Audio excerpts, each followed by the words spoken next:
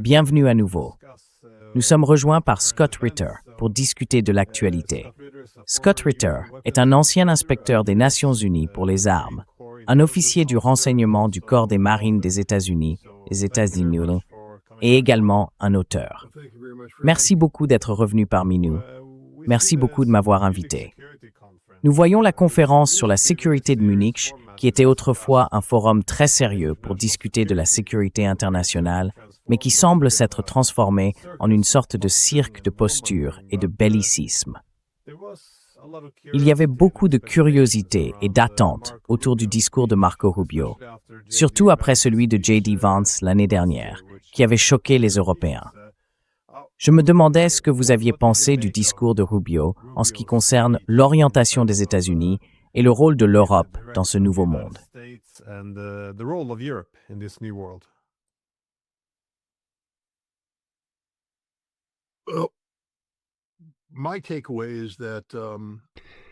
Eh bien, ce que j'en retiens, c'est que les gens s'attendaient à un discours qui apporterait de la clarté aux documents sur la stratégie de sécurité nationale et à la posture que les États-Unis adoptent vis-à-vis de l'Europe.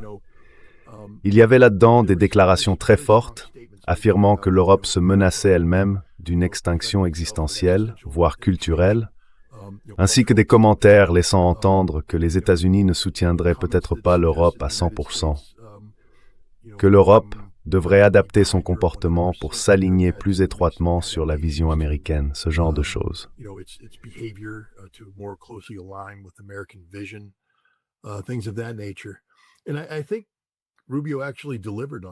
Je pense que Rubio a effectivement tenu sa promesse, mais pas de la manière dont les gens l'espéraient.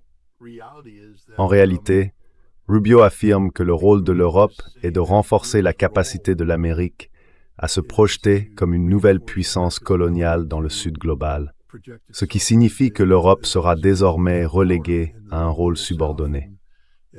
Ce n'est peut-être pas le message que l'Europe voulait entendre, mais je suis assez sûr que c'est celui que Rubio cherchait à faire passer.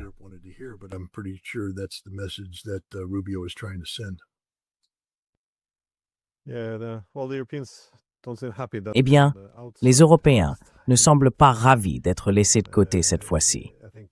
Je pense que certains commentaires, s'ils avaient été dans la boucle, auraient été plus rassurants. Mais malgré tout, ils lui ont offert une ovation debout, même si, j'imagine, il l'aurait fait de toute façon.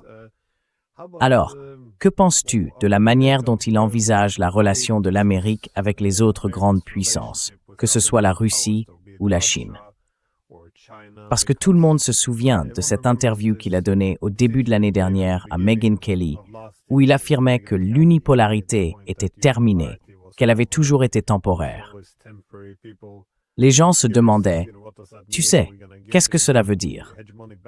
Allons-nous retrouver l'hégémonie ou allons-nous chercher à établir un équilibre des puissances plus favorable dans un système multipolaire? » As-tu perçu quelque chose de ce genre dans son discours? Ou était-il plutôt centré, enfin plutôt destiné au public européen?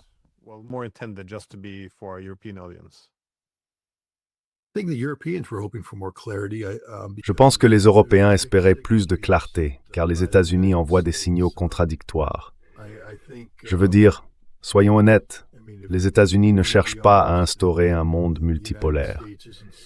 Ils essayent simplement de redéfinir les termes de l'hégémonie américaine. En s'éloignant de l'ancien ordre international fondé sur des règles qui prévalaient depuis la fin de la Seconde Guerre mondiale, pour aller vers un ordre fondé sur, vous savez, quand on dit rendre à l'Amérique sa grandeur, beaucoup de gens, y compris des Européens, pensaient que c'était bien, car cela signifiait que l'Amérique se tournait vers elle-même pour se reconstruire. Mais rendre à l'Amérique sa grandeur est en réalité une expression qui signifie rendre à l'Amérique sa domination mondiale.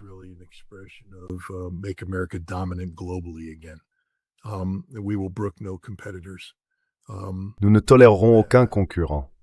Même avec la Russie, il n'existe aucune politique d'égalité avec la Russie. C'est une farce. S'il y avait une égalité avec la Russie, alors Anchorage aurait été adopté, n'est-ce pas? Mais ce que nous faisons, c'est traîner les Russes derrière nous. Ce que je vois aujourd'hui dans notre politique envers la Russie, car souvenez-vous, Rubio est une voix, mais il faut entendre cette voix dans la chambre d'écho des actions plus larges de l'administration Trump. C'est Scott Bessent qui dit qu'il fera plier la Russie. Il faut comprendre que lorsque Bessent parle de la relation de cause à effet entre les sanctions américaines ou l'activité économique américaine et le fait de mettre la Russie à genoux, il fait référence au modèle iranien.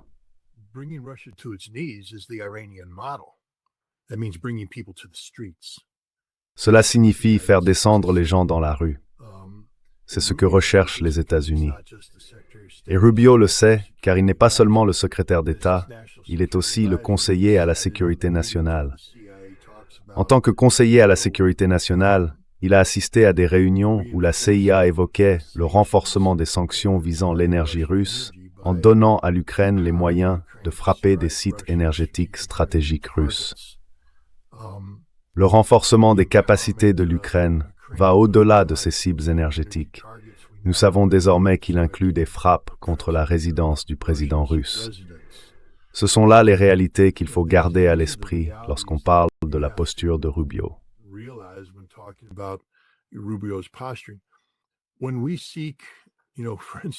Lorsque nous examinons par exemple Kirill Dmitriev et son engagement, il est possible que la Russie pense que les États-Unis prennent au sérieux l'idée d'un véritable investissement économique en Russie.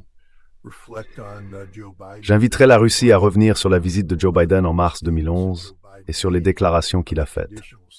Les conditions attachées à l'investissement de capitaux américains en Russie reposaient entièrement sur l'idée que la Russie devait apporter des changements en matière de gouvernance, réduisant ainsi sa véritable souveraineté et augmentant les points de levier permettant à l'Amérique d'exercer un contrôle sur la Russie sur les plans intérieurs, économiques et politiques.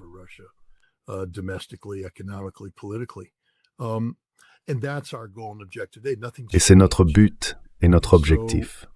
Rien n'a changé. Donc vous savez, je pense qu'on ne peut pas simplement examiner des mots isolément.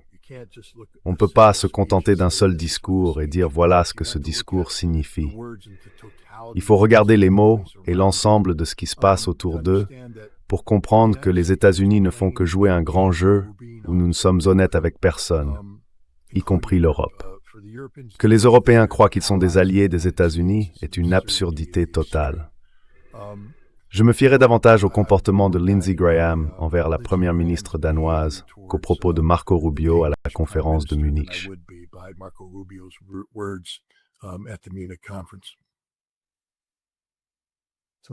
Alors, l'ère de l'Alliance. Donc, vous avez dit absurdité. Vous pensez que c'est définitivement terminé maintenant?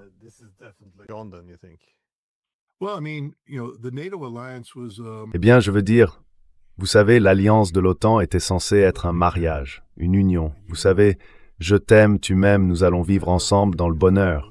Mais il s'est avéré que pour les Européens, vous n'êtes qu'une bande de prostituées bon marché. On vous utilise et on vous jette. Vous savez, combien d'argent veux-tu? Allez, disparais. Voilà. C'est fini entre nous. Vous ne nous êtes plus utiles, nous avons trouvé quelqu'un d'autre. Disparaissez. Mais nous vous garderons dans notre carnet d'adresses, au cas où un jour nous aurions une envie, pour pouvoir vous appeler et la satisfaire. L'Europe doit comprendre que c'est son rôle. C'est tout ce que vous avez toujours été pour nous. Pendant un temps, vous étiez une escorte de luxe. On vous mettait dans un bel hôtel. Mais on ne vous a jamais vraiment laissé emménager dans la maison, n'est-ce pas? Non. Et nous n'avons jamais vraiment eu cette famille qu'on vous promettait, n'est-ce pas? Non. Et maintenant, vous vous attendez à être traité comme un conjoint fidèle? Vous n'avez jamais été un conjoint fidèle. Vous n'êtes qu'un vulgaire passe-temps.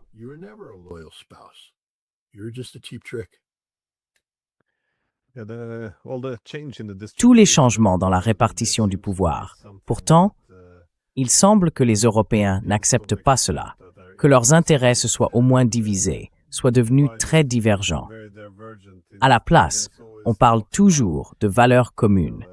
Je ne suis pas sûr de voir comment ça s'intègre dans l'analogie. Eh bien, Je veux dire, encore une fois, ce que nous voyons en ce moment, c'est que l'Europe voulait être perçue comme une entité unique, une singularité.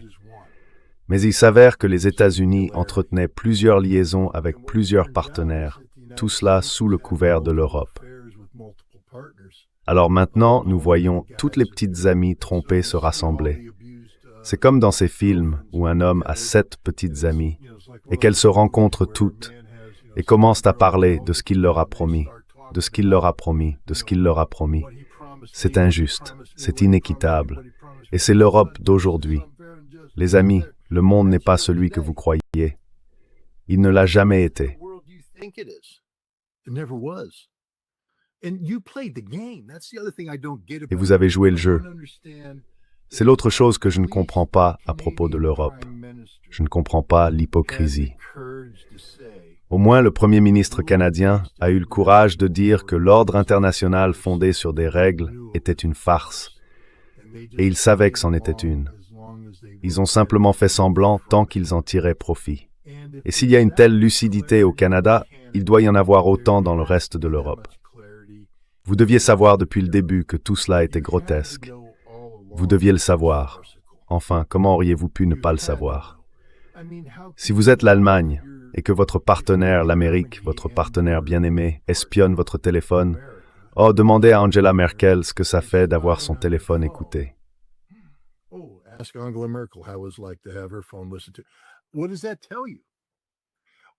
Qu'est-ce que ça te dit? Quand tu es les Néerlandais et que la NSA vient te voir pour obtenir un accès aux télécommunications françaises, attends une minute, tu fais pas partie de la communauté européenne, de la famille européenne, mais papa vient te demander d'espionner ta sœur? Quelle sorte de famille est-ce là? Tu sais, l'Europe, tu joues le jeu depuis le début. Tu sais ce que sont les États-Unis. La France sait ce que la CIA a fait à Paris. L'Italie sait ce que la CIA a fait à Rome, et pourtant vous restez silencieux face aux abus. Donc l'analogie ne s'effondre pas, elle se renforce. Et ce que nous avons en ce moment, c'est un syndrome de femmes battues, collectivement, en Europe.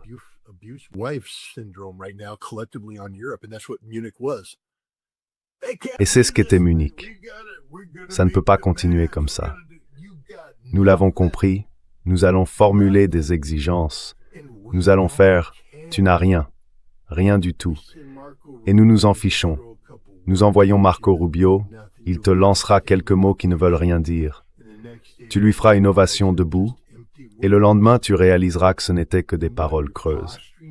Et maintenant tu fais semblant, tu prétends que tu représentes quelque chose, que tu as une quelconque crédibilité. Comme tu l'as dit, c'était une blague. Je veux dire, c'est une farce. C'est du théâtre de l'absurde. La conférence sur la sécurité de Munich représentait quelque chose autrefois. Et maintenant, elle ne représente plus rien.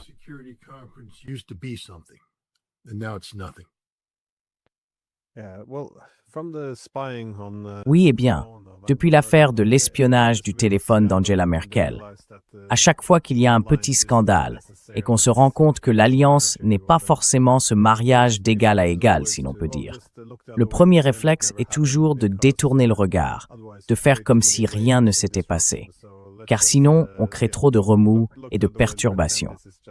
Donc, détournons simplement le regard et faisons comme s'il s'agissait d'une situation d'alliance tout à fait ordinaire. Mais pour passer à la guerre en Ukraine, Trump, lui, a été désireux de se retirer du conflit, du moins sur le plan rhétorique.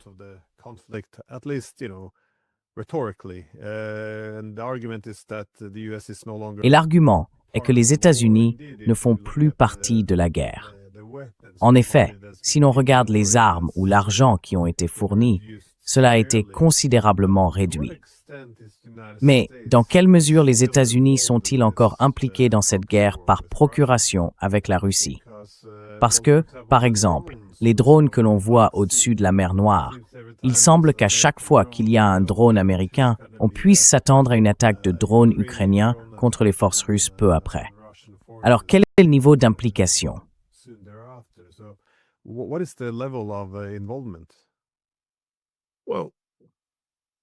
Eh bien, nous savons que les États-Unis sont fortement impliqués dans la fourniture de renseignements de ciblage à l'Ukraine. Je veux dire, nous avons vu cela se dérouler en décembre, lorsqu'un événement censé se produire ne s'est finalement pas produit.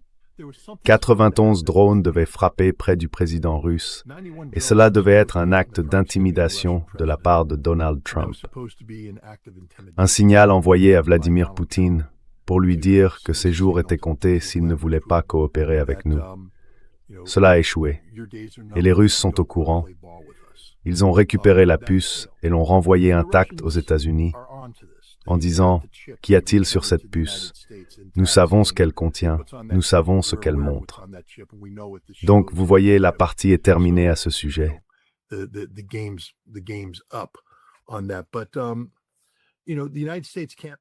Mais vous savez, les États-Unis ne peuvent pas simplement continuer à faire semblant de se désengager.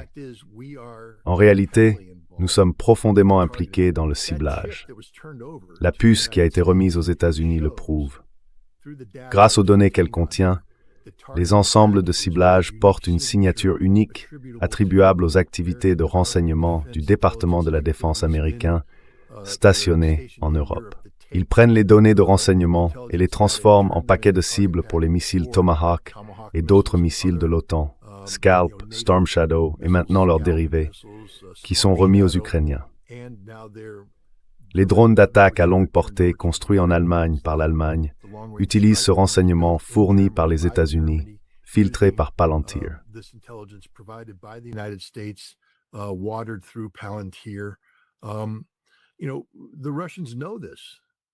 Vous savez, les Russes le savent, donc il n'y a plus de faux-semblants. Je ne pense pas qu'il se fasse la moindre illusion sur le fait que les États-Unis soient un partenaire légitime pour la paix. On peut entendre la frustration dans la voix de Vladimir Poutine lorsqu'il parle de ce qui s'est passé à Anchorage. Je veux dire, quand nous avons entendu à l'époque que la Russie avait fait des concessions, j'ai fait partie de ceux qui ont dit « je n'y crois pas », parce que constitutionnellement, les concessions dont il parlait, geler les lignes de front à Kherson et à Zaporizhia, ne sont pas possibles.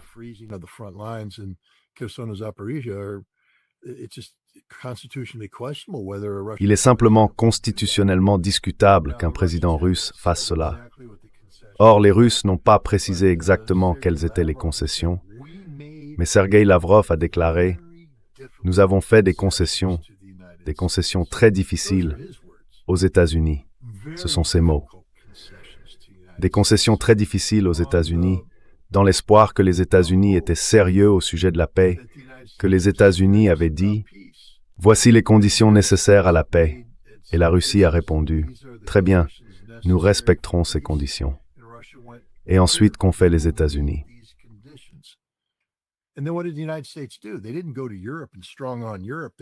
Ils ne sont pas allés en Europe pour y tenir une position ferme. Ils y sont allés et se sont fait intimider par l'Europe et ont immédiatement commencé à négocier les concessions à la baisse. Et cela a montré aux Russes que les États-Unis ne prenaient pas la paix au sérieux. Quand on dit aux Russes « Voici les conditions », que la Russie remplit ces conditions, puis qu'on dit « Eh bien non, nous allons les affaiblir, en ajouter d'autres et les diluer ». Cela signifie qu'on n'est pas sérieux. Et les Russes ont toujours dit « Nous revenons à l'Alaska, nous revenons à l'Alaska, nous revenons à l'Alaska ». Et maintenant, ils se rendent compte que l'Alaska était un mensonge. Tout ce qui concernait l'Alaska était un mensonge. Donc voilà où nous en sommes aujourd'hui. Les relations entre la Russie et les États-Unis, il n'y a plus de faux espoirs.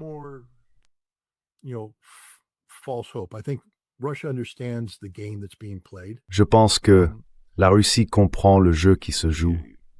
C'est les États-Unis qui sont sous pression ici, pas la Russie. Je veux dire encore une fois, ce n'est plus les États-Unis qui traînent la Russie derrière eux. La Russie fait ce qu'elle veut faire quand elle veut le faire, comme elle veut le faire. Et personne ne la fera dévier de cette trajectoire. Elle a clairement exprimé ses exigences. Mais vous savez, chaque fois que les États-Unis essayent de faire pression sur l'Ukraine pour qu'elle adopte la position d'ancrage, l'Ukraine rechigne. Elle n'est pas prête à accepter de céder le Donbass, mais elle garde l'espoir que les États-Unis vont reporter la pression sur la Russie.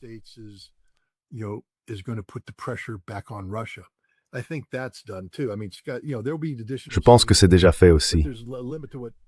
Je veux dire, Scott, tu sais, il y aura d'autres sanctions, mais il y a une limite à ce que l'Occident peut faire. Je pense simplement que nous allons vers une guerre qui sera remportée par les moyens militaro-techniques de la Russie contre l'Ukraine. Une guerre qui mènera à l'effondrement de l'Ukraine. Et l'Europe est paniquée par cela. C'est pourquoi on voit les conférences sur la sécurité de Munich. L'Europe cherche à se repositionner de manière plus affirmée, parce que en ce moment, les Ukrainiens sont désespérés de voir le moindre signe que quelqu'un sera là pour eux, tu sais, parce qu'ils constatent l'abandon concret de la part des États-Unis.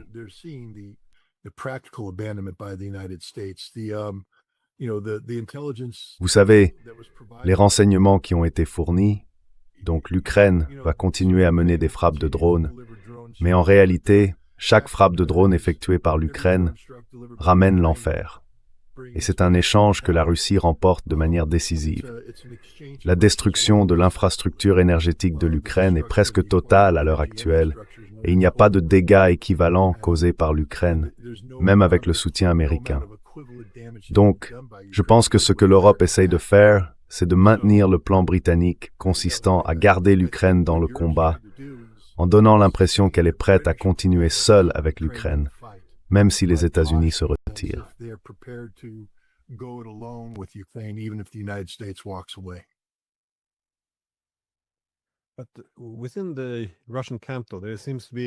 Mais au sein du camp russe, il semble y avoir des frictions ou des divisions croissantes. Il paraît que l'envoyé, Kirill Dmitriev, pense, bien que je puisse me tromper, que renforcer le partenariat économique avec les États-Unis pourrait d'une certaine manière se traduire par une paix plus durable. Cela semble différer de ce que d'autres à Moscou pensent. Voyez-vous la même chose, ou pensez-vous que certains s'accrochent encore à l'espoir qu'un accord puisse être conclu avec les États-Unis? Eh bien,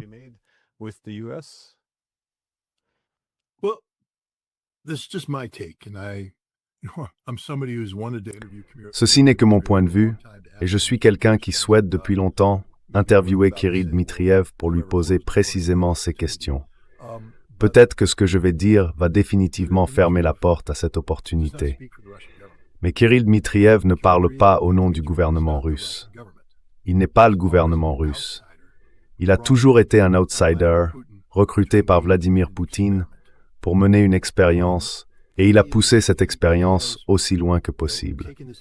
Mais encore une fois, comme je l'ai déjà souligné, les Russes doivent se pencher sur Joe Biden. Enfin, les Russes savent ce qui se passe.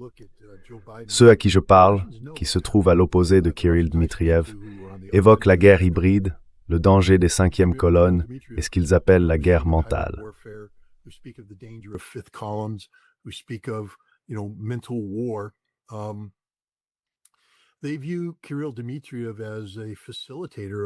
Ils considèrent Kirill Dmitriev comme un facilitateur de l'intention hostile de l'Occident envers la Russie, en créant un potentiel qui ne se réalisera jamais, n'est-ce pas? Mais Vladimir Poutine, en tant que dirigeant pragmatique, ne peut pas fermer la porte à une opportunité sans lui donner une chance de réussir. Je pense donc qu'il a fait venir Kirill Dmitriev et lui a accordé une grande latitude. Il y a eu de nombreuses réunions, les réunions de Miami, par exemple, où il a rencontré Steve Witkoff puis Jared Kushner.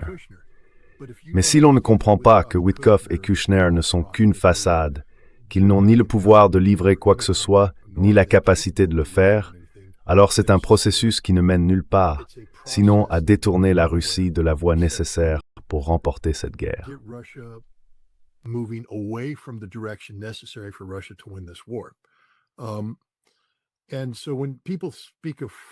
Ainsi, lorsque les gens parlent de friction, il est même difficile de définir ce que cela signifie, car Kirill Dmitriev n'a jamais eu de véritable pouvoir. Dire qu'il y avait des frictions entre Dmitriev et Lavrov suppose une certaine égalité entre eux. Or, il n'y a aucune égalité entre le ministre des Affaires étrangères et ce jeune prodige de l'économie que Poutine a fait venir. Poutine ne lui a pas donné le statut, disons. d'un équivalent du ministère des Affaires étrangères. Il l'a fait venir comme quelqu'un censé collaborer efficacement avec Steve Witkoff pour renforcer cette relation et voir où elle pouvait mener. Mais cela n'a mené nulle part. Et il est désormais évident que la voie d'opportunité économique que propose Kirill Dmitriev est en réalité une arme déguisée des États-Unis.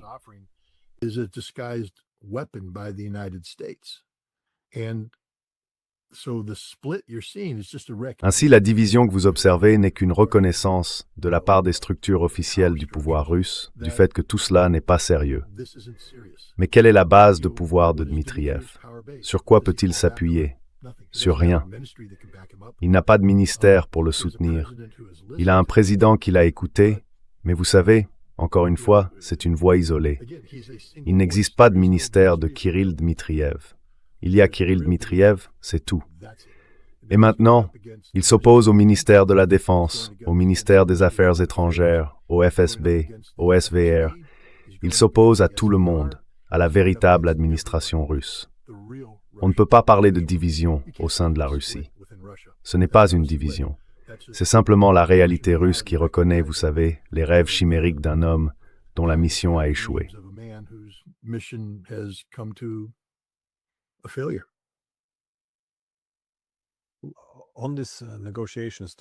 Concernant ces négociations, nous avons vu que le secrétaire général de l'OTAN, Mark Rutte, critiquait le président Poutine pour avoir envoyé Medinsky au pourparlers. Il l'a qualifié de manière péjorative d'historien. Là encore, c'est un peu une insulte étrange, puisque le seul diplôme universitaire de Mark Rutte est en histoire. Mais tout de même, ce manque de courtoisie, on ne voyait pas vraiment cela pendant la guerre froide. Alors, que pensez-vous de ces négociations? S'agit-il simplement d'une mise en scène à ce stade, ou y a-t-il encore un espoir d'obtenir quelque chose qui ressemble à la paix? Vous avez déjà souligné que la piste d'encourage semble morte, mais existe-t-il une autre voie désormais?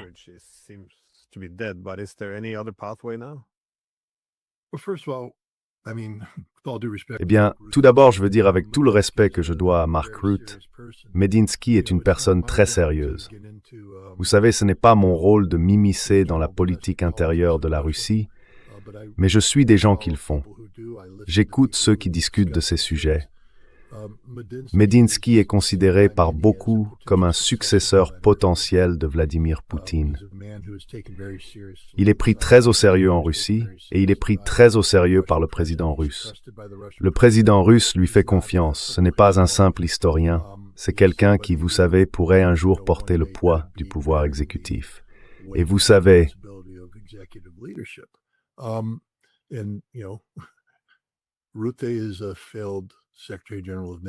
Rutte est un secrétaire général de l'OTAN raté après avoir été un premier ministre des Pays-Bas raté. Donc il n'y a aucune comparaison possible entre les deux. L'implication de Medinsky, en revanche, montre que nous avons dépassé la phase expérimentale. Il est maintenant temps de passer aux choses sérieuses. C'est aussi un signal adressé aux États-Unis. Le moment est venu d'agir ou de se taire, que l'Ukraine doit. Medinsky est un homme qui a reçu des instructions précises, un plan d'action spécifique auquel il peut adhérer, un plan qui a été transmis aux États-Unis. Il n'a donc pas besoin de faire preuve de créativité pour trouver une solution diplomatique.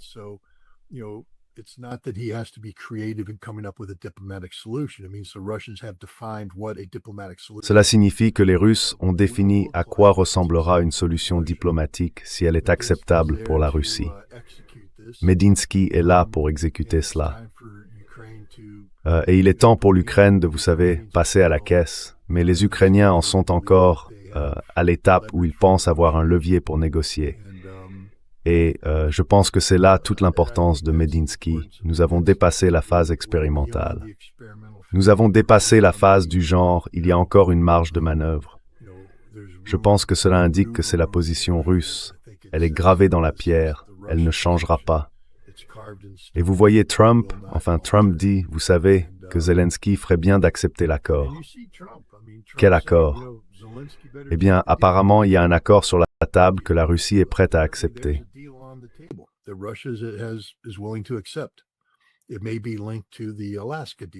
Cela pourrait être lié à l'accord avec l'Alaska. Et remarquez la nervosité en Europe à l'idée d'être exclus de cet accord trilatéral. Je pense que les Britanniques ont essayé de s'inviter à la fête ou quelque chose comme ça. Mais, vous savez, l'Europe n'est pas à l'aise avec cela, car elle vient tout juste de tenir la conférence sur la sécurité de Munich, où elle a tout mis sur la table pour dire « Nous sommes là pour l'Ukraine ». Et maintenant, le président dit à l'Ukraine « Vous devez conclure cet accord avec la Russie, sinon… » Et je pense que les Russes ont clairement fait savoir qu'ils en avaient fini avec les négociations. Il n'y a plus rien à négocier. L'accord que vous avez est celui que vous avez, et c'est tout.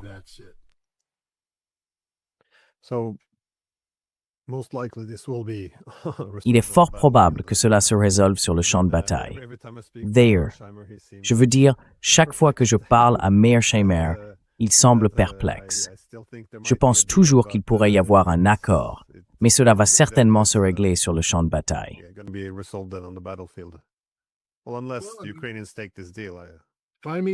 Eh bien, à moins que les Ukrainiens n'acceptent cet accord, trouvez-moi un dirigeant ukrainien prêt à le faire. Même Boudanov, qu'on présente comme un possible candidat à la présidence. Vous savez, il y a des choses qui devraient être mises en place en matière de garantie de sécurité que la Russie n'acceptera tout simplement pas. L'Ukraine continue de se bercer de l'illusion d'une certaine implication américaine sur le terrain, et les Russes ne le permettront pas. Donc vous voyez Zelensky, ce que je veux dire, c'est que Zelensky n'acceptera jamais cela. Il ne le peut pas. Alors quel dirigeant politique pourrait remplacer Zelensky et accepter cet accord? Pour l'instant, il n'y en a pas. Il n'y a personne du côté ukrainien. Donc en l'absence d'un politicien prêt à porter cette croix, il n'y aura pas d'accord de paix.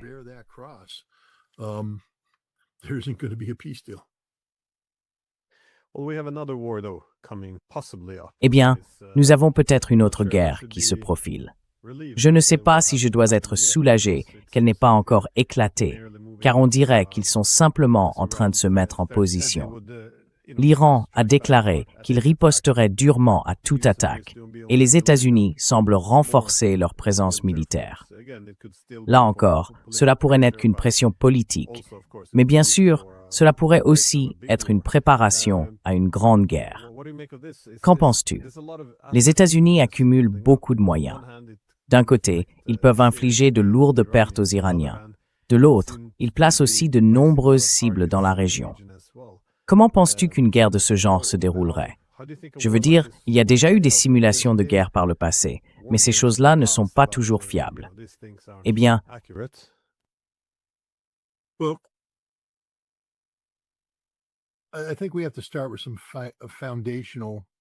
Je pense que nous devons commencer par quelques points fondamentaux. La politique des États-Unis n'est pas de rechercher un règlement négocié avec l'Iran concernant son programme nucléaire. La politique américaine consiste à chercher le renversement du régime de la République islamique. C'est l'objectif politique déclaré des États-Unis. Alors la diplomatie, pourquoi la diplomatie? Sommes-nous réellement engagés dans une démarche diplomatique? Que s'est-il passé à Genève? Ce qui s'est passé à Genève, c'est que l'Iran, malgré sa rhétorique sur les représailles, s'est accordé une période de 2 semaines d'immunité pendant qu'il réfléchissait à ses prochaines étapes. Si l'on remonte à janvier de cette année, au plus fort des troubles dans les rues d'Iran, le président des États-Unis disait « Tenez bon ».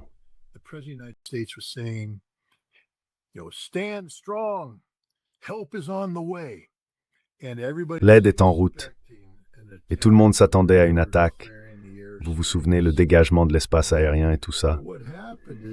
Mais ce qui s'est passé, c'est que l'armée américaine s'est tournée vers le président et lui a dit « Patron, nous ne pouvons pas faire ça.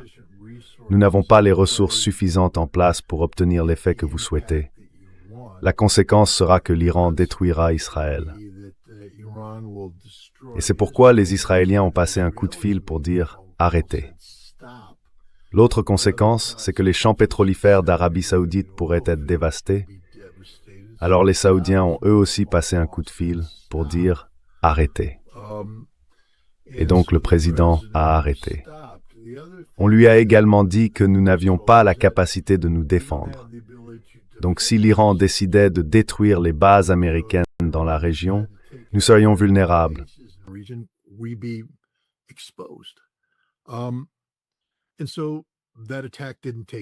Et donc, cette attaque n'a pas eu lieu.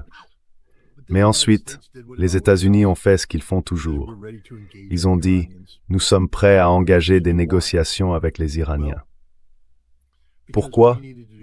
Parce que nous devions faire deux choses.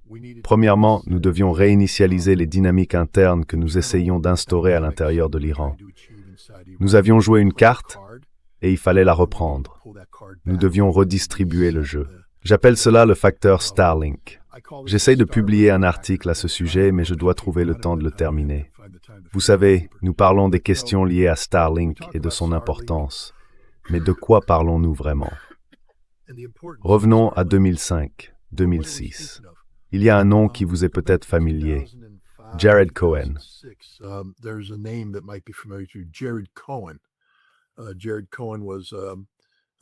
Jared Cohen était un type qui a voyagé à travers le Moyen-Orient et a écrit un livre. Je ne me souviens plus du titre pour le moment, mais en gros, il défendait l'idée que tous les jeunes du Moyen-Orient sont comme ceux de l'Occident et veulent lui ressembler. Et que tout ce que nous avons à faire pour les rallier, pour les détourner de l'islamisme, enfin vous voyez, du mal de l'islamisme, c'est de les exposer à l'Occident. Nous devons donc créer une interconnectivité numérique. Il a ensuite été embauché par le département d'État pour promouvoir ce qu'on appelait la démocratie numérique. La démocratie numérique consistait par exemple à se rendre en Syrie et à essayer d'amener le gouvernement syrien à ouvrir Internet à Google. Plus tard, il est allé travailler pour Google dans un rôle similaire.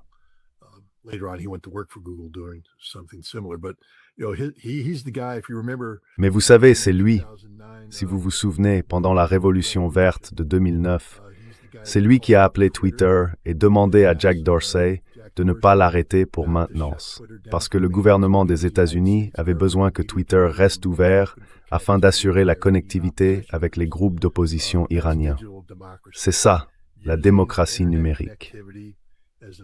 Utiliser la connectivité Internet comme un moyen non seulement d'influencer les gens à l'intérieur d'une zone fermée, mais aussi de leur permettre de projeter leur réalité en ligne. Nous avons vu cela en Syrie. Vous savez, tous les comités de coordination des droits de l'homme étaient composés de personnes qui suivaient les manifestations, attendant qu'il se passe quelque chose, un affrontement, puis ils filmaient et diffusaient. Le gouvernement syrien massacre des civils syriens dans les rues. Non, non.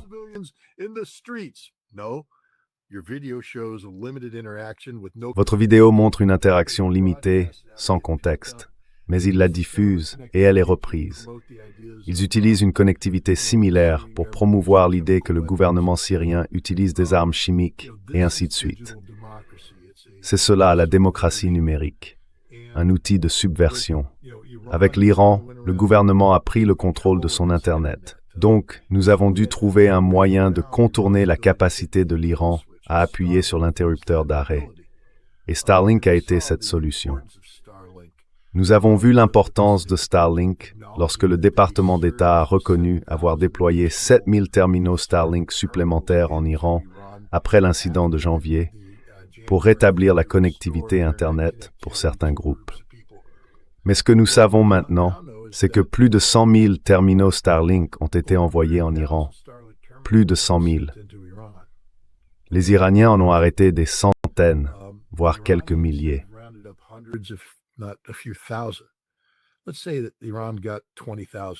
Disons que l'Iran en a obtenu 20 000.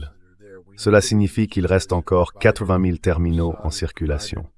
Nous savons que les Israéliens, le Mossad, ont fourni des paquets spéciaux qui transforment Starlink de sa bande passante unique traditionnelle en un système à saut de fréquence, imitant les communications de type militaire. Ainsi, il devient impossible de le suivre ou de le brouiller, et ainsi de suite. Pourquoi? Parce que nous infectons l'esprit du plus grand nombre possible d'Iraniens avec une logique anti-régime, guerre hybride, guerre psychologique, provoquant des affrontements entre eux et créant la possibilité qu'ils projettent vers l'extérieur des images capables d'influencer le monde. Par exemple, vous vous souvenez de l'hystérie. Ils abattent des centaines de milliers d'Iraniens. En réalité, il y en avait 3000, et la plupart ont été tués par les méchants. Mais vous savez, peu importe, ils créent cette perception. Nous devons rétablir cela.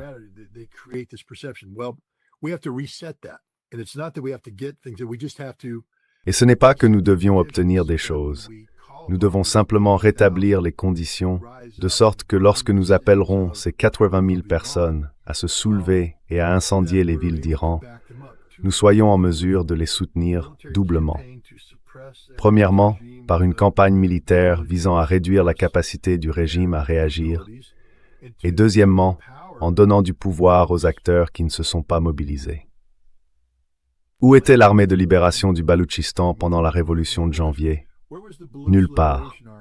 Où était le PJAK? Nulle part. Où sont les Moudjahidines du peuple? Nulle part. Toutes ces factions armées existent, mais elles ne sont jamais descendues dans la rue. Pourquoi? Parce qu'elles étaient censées le faire une fois que nous aurions commencé à bombarder.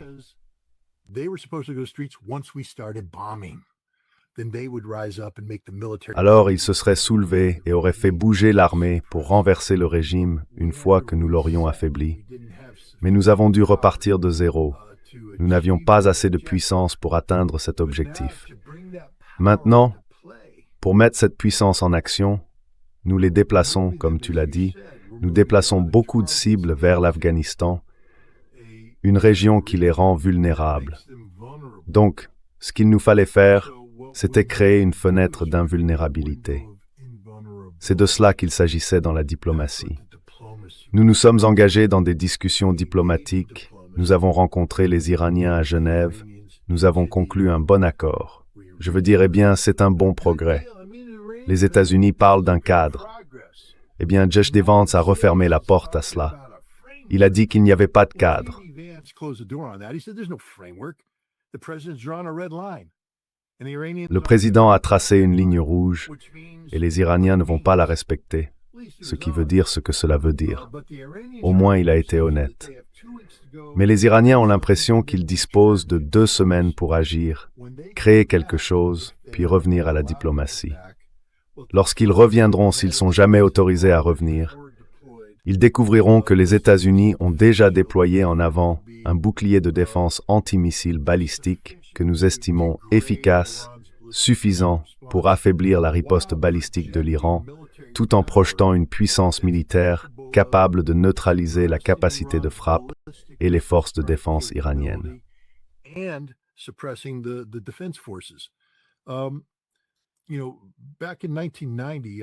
Tu sais, en 1990, j'ai été intégré à une cellule de planification ad hoc, travaillant pour le commandant du corps des marines, afin d'élaborer des options de guerre amphibies contre l'Irak. Nous travaillions avec le JCS et nous étions connectés pour suivre le flux du matériel militaire. L'une des questions que nous nous posions en octobre était, d'un point de vue de planification, est-ce que ce que nous faisons relève du rêve irréalisable? Ou s'agit-il d'une planification concrète?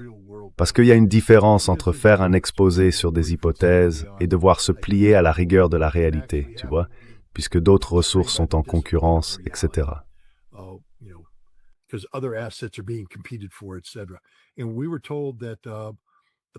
Et on nous a dit que le point décisif était arrivé en octobre. Il existe quelque chose appelé le TPFDD, vous pouvez le chercher. Cela signifie Time Phased Force and Deployment Data. C'est un long acronyme, mais en gros, c'est la manière dont on échelonne le déploiement des troupes et de la logistique dans une zone pour se préparer à la guerre. Et lorsqu'on mène une guerre de l'ampleur et de l'envergure de celle que nous planifions contre l'Irak, il arrive un moment dans le TPFDD où une fois que vous avez engagé les ressources, c'est fini. La décision est prise. Et cette décision a été prise à la mi-octobre. Nous allions partir en guerre en janvier. Et cela ne changerait jamais, peu importe les efforts diplomatiques, car trop de ressources avaient déjà été engagées.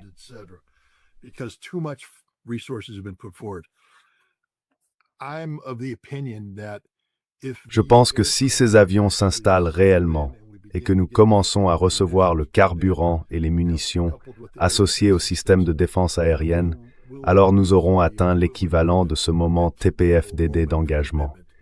Et à un moment donné, la semaine prochaine, il n'y aura plus de retour en arrière, quoi qu'il arrive. L'Iran pourrait intervenir et déclarer ce qu'il voudrait. Nous allons entrer en guerre avec l'Iran. La décision politique a été prise tant que ces feux verts s'allument. Et en ce moment, l'armée se positionne avec des groupes aéronavals, des systèmes de lancement de Tomahawk et cette nouvelle capacité de frappe qui déclenchera un conflit avec l'Iran.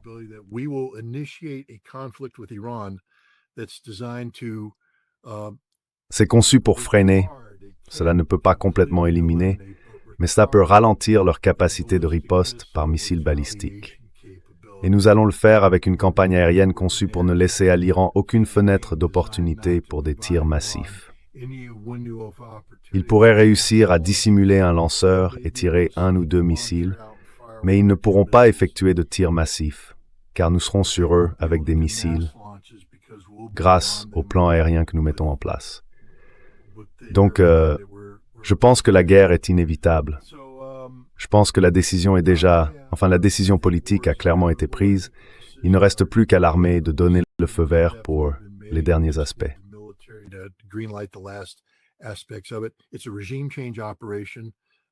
C'est une opération de changement de régime, ce qui signifie que c'est plus qu'une simple tradition. Tu parles de jeux de guerre. Les jeux de guerre traditionnels n'intégraient pas cette composante de changement de régime. Il s'agit d'un jeu de guerre qui ne porte pas sur l'occupation physique de l'Iran par des soldats américains sur le terrain. C'est un jeu de guerre visant à renforcer l'opposition intérieure pour renverser des dirigeants.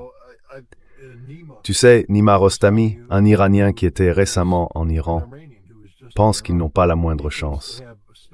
J'ai tendance à être d'accord avec lui, sauf que je ferai simplement remarquer que la plupart des populations sont passives.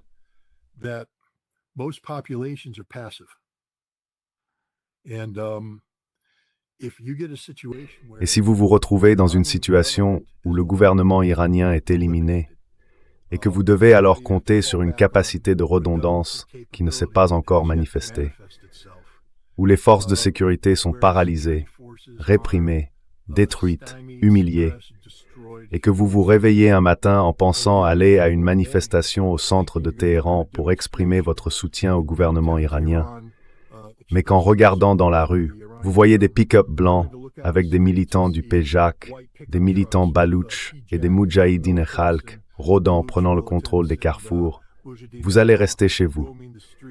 Et c'est, je pense, le but et l'objectif. Regardez l'État islamique, la manière dont il a déferlé sur Mossoul et l'Irak. Lorsque l'armée irakienne s'est effondrée, l'État islamique a rapidement pris le contrôle des centres de population. Non pas parce qu'il était plus nombreux que la population, mais parce qu'il l'a intimidé.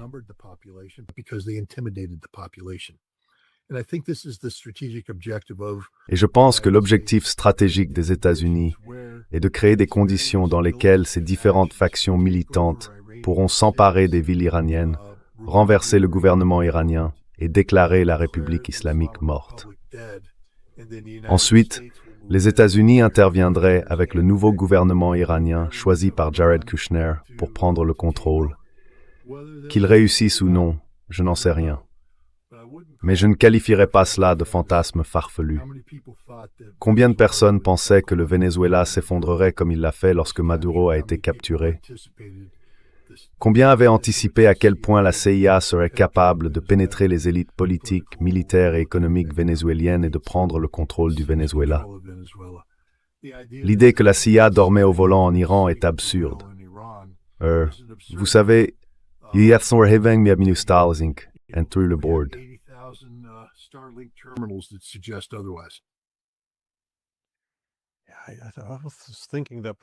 Oui, je pensais que peut-être Trump s'était senti acculé, qu'il avait fait une erreur et qu'il chercherait peut-être un petit accord pour se rétracter. Mais, oui, non, il semble probable que la diplomatie, comme tu l'as dit, n'est qu'une mascarade pour préparer la guerre. Mais nous avons franchi, ou presque franchi, cette limite où la guerre est... C'est ce que je pense.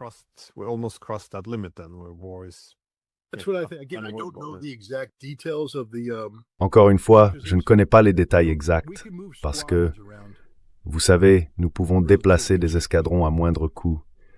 Mais lorsque nous commençons à relocaliser les éléments de soutien, maintenance, carburant à long terme, c'est différent.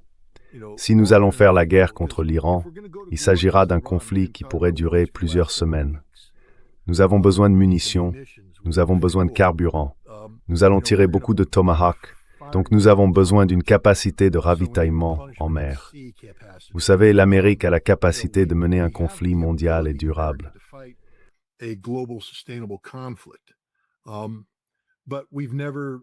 Mais nous n'avons jamais, ces dernières années, mobilisé cette capacité à son plein potentiel, car cela coûte très cher. Si j'étais, tu sais, plus à l'aise pour dire « Absolument, nous avons franchi le Rubicon », ce serait parce que je disposerais de tous les détails. Mais nous ne les avons pas, car c'est classifié. Pourtant, tu sais, quand quelque chose ressemble à un canard, marche comme un canard et cancane comme un canard, peut-être faut-il l'appeler un canard. Et tout ce que nous faisons en ce moment indique que nous nous apprêtons à déclencher une opération de changement de régime en Iran, plutôt tôt que tard.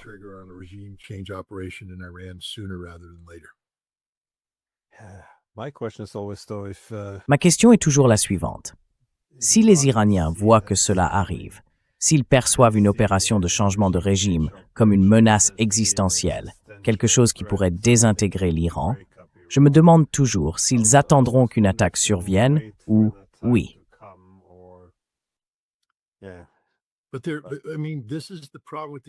Mais ils sont... Enfin, c'est ça le problème avec les Iraniens. Ce sont des gens honorables, et donc ils se sont laissés piéger par... C'est le piège de Genève. J'espère me tromper, j'espère que l'histoire me donnera tort.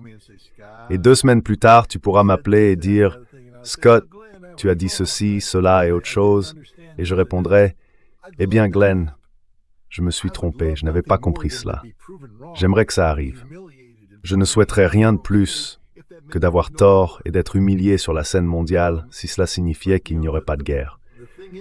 Mais tu sais, le truc, c'est que les Iraniens, logiquement, pourquoi cette prolongation de 2 semaines? Que se passe-t-il pendant ces 2 semaines de pause diplomatique? Les États-Unis ne... Tu vois, les Iraniens devraient vraiment dire, eh bien, le fait est que nous nous sentons menacés par ce que vous faites.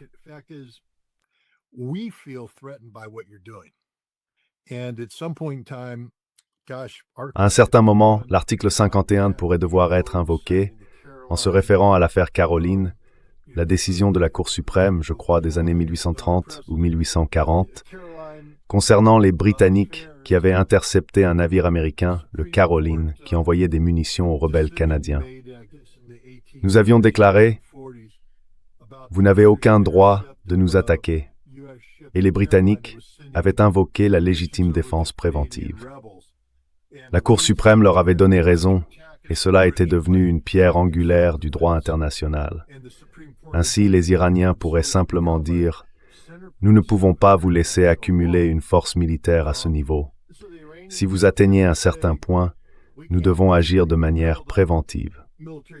Et vous avez fixé ce point en dessous du seuil nécessaire à une victoire américaine. »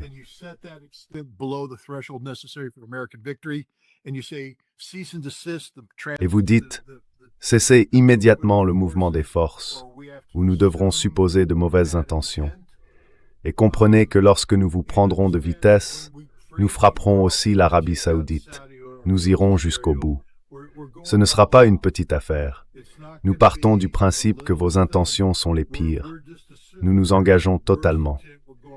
Il devrait aussi convaincre les Chinois d'intervenir et de dire « Une attaque américaine contre l'Iran nous amènerait à repenser entièrement notre approche vis-à-vis de Taïwan. » Et cela place les Américains dans une impasse, car nous ne pouvons pas mener 2 guerres en même temps.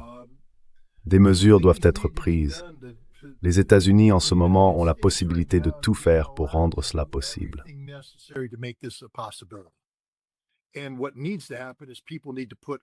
Ce qu'il faut, c'est que les gens mettent tous les obstacles possibles sur la route, y compris l'Iran. Ils en sont arrivés là aujourd'hui, parce qu'ils disposent de capacités de missiles balistiques qui inspirent la crainte à Israël et aux États-Unis. Ce que les Iraniens permettent aux États-Unis de faire, c'est de développer une capacité qui crée au moins la perception que nous pouvons atténuer l'avantage iranien en matière de missiles balistiques. Nous pouvons le neutraliser, nous pouvons le limiter, et cela nous donne les moyens d'agir davantage. Pourquoi l'Iran laisse-t-il cela se produire? Je ne le comprends pas. Parce que c'est exactement, je vous le dis, c'est exactement ce qui se passe en ce moment. Les performances passées prédisent les résultats futurs.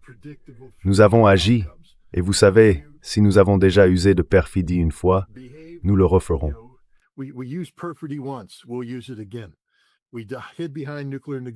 Nous nous sommes déjà cachés derrière des négociations nucléaires pour préparer une attaque surprise contre l'Iran.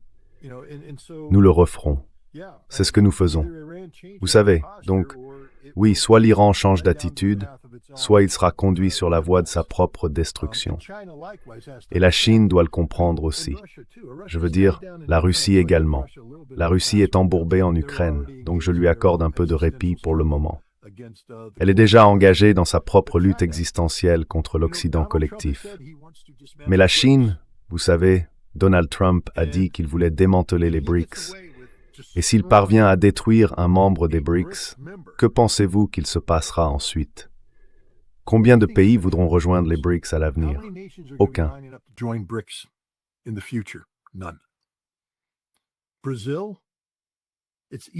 Le Brésil, c'est une cible facile.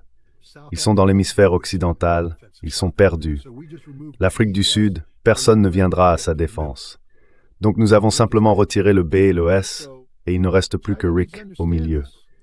Et Rick est mort. La Chine doit comprendre cela. Il est temps pour la Chine d'enfiler son pantalon de grand garçon. Et c'est peut-être ce que Xi Jinping fait en purgeant les comités militaires, etc. Mais je n'encourage pas un conflit chinois avec Taïwan. Je n'encourage pas la guerre, quelle qu'elle soit. Mais rester passif et ne rien faire donne aux États-Unis le pouvoir d'agir ainsi. Et si vous laissez les États-Unis obtenir une autre victoire facile, parce que, mon Dieu, si nous intervenons, si les planificateurs militaires ont raison, si la CIA a raison, vous savez, la CIA n'est pas stupide.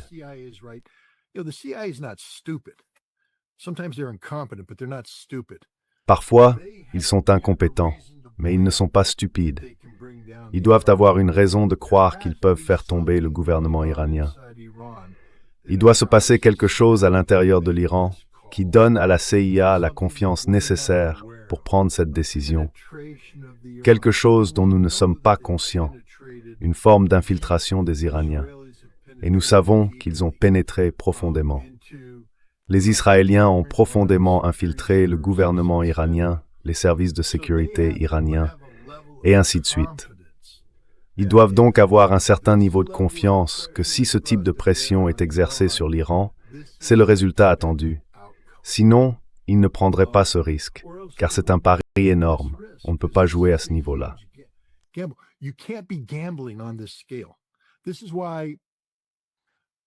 C'est pourquoi, lorsque les gens demandent « Penses-tu que l'Amérique pourrait réussir ?»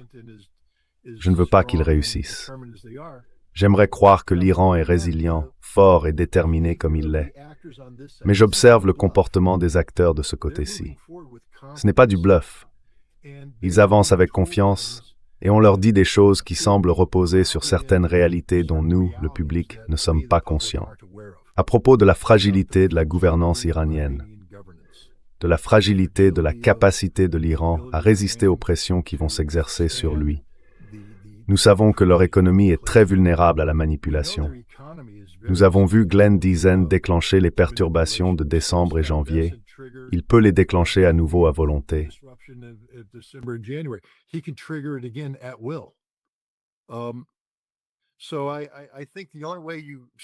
Je pense donc que la seule façon d'arrêter cela est d'agir de manière décisive, ce qu'Iran n'a pas fait. C'est l'autre point. Nous ne cessons de dire qu'Iran a le potentiel de bouleverser Tel Aviv. Alors pourquoi ne l'a-t-il pas fait? Pourquoi, en juin, n'ont-ils pas bouleversé Tel Aviv? Parce qu'Iran agit toujours avec retenue. Il cherche toujours une issue qui évite un conflit décisif. Les États-Unis, eux, se préparent à un conflit décisif. Le moment de la retenue iranienne est donc passé. Ils doivent avertir les États-Unis que si ceux-ci continuent à mobiliser leurs forces à ce niveau, l'Iran considérera cela comme une intention hostile et agira en conséquence. Et il n'y aura aucune chance de diplomatie.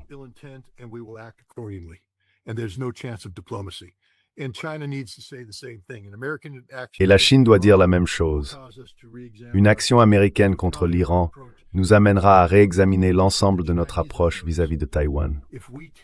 Parce que, permettez-moi de prévenir les Chinois, si nous prenons l'Iran, nous abandonnerons la politique d'une seule Chine et nous redoublerons d'efforts pour défendre Taïwan. Non pas parce que nous aimons Taïwan, mais parce que la manière la plus simple de mettre la Chine en échec dans le Pacifique est de faire de Taïwan une partie du terrain de jeu. Là, nous ne parlons plus des Chinois, vous savez, en mer de Chine méridionale. Nous parlons de les contenir directement à leurs frontières avec Taïwan.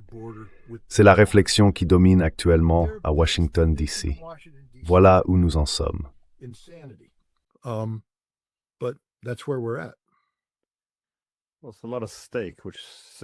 Eh bien, il y a beaucoup en jeu, ce qui laisse penser que les Russes et les Chinois pourraient apporter une aide considérable. Bien sûr, pas dans une guerre ouverte avec les États-Unis, mais d'autres manières. Quoi qu'il en soit, merci beaucoup d'avoir pris le temps, comme toujours, et de m'avoir permis de profiter de votre expertise. Merci encore, et j'espère que vous reviendrez bientôt, si nous sommes toujours là. Oui. Très bien, merci.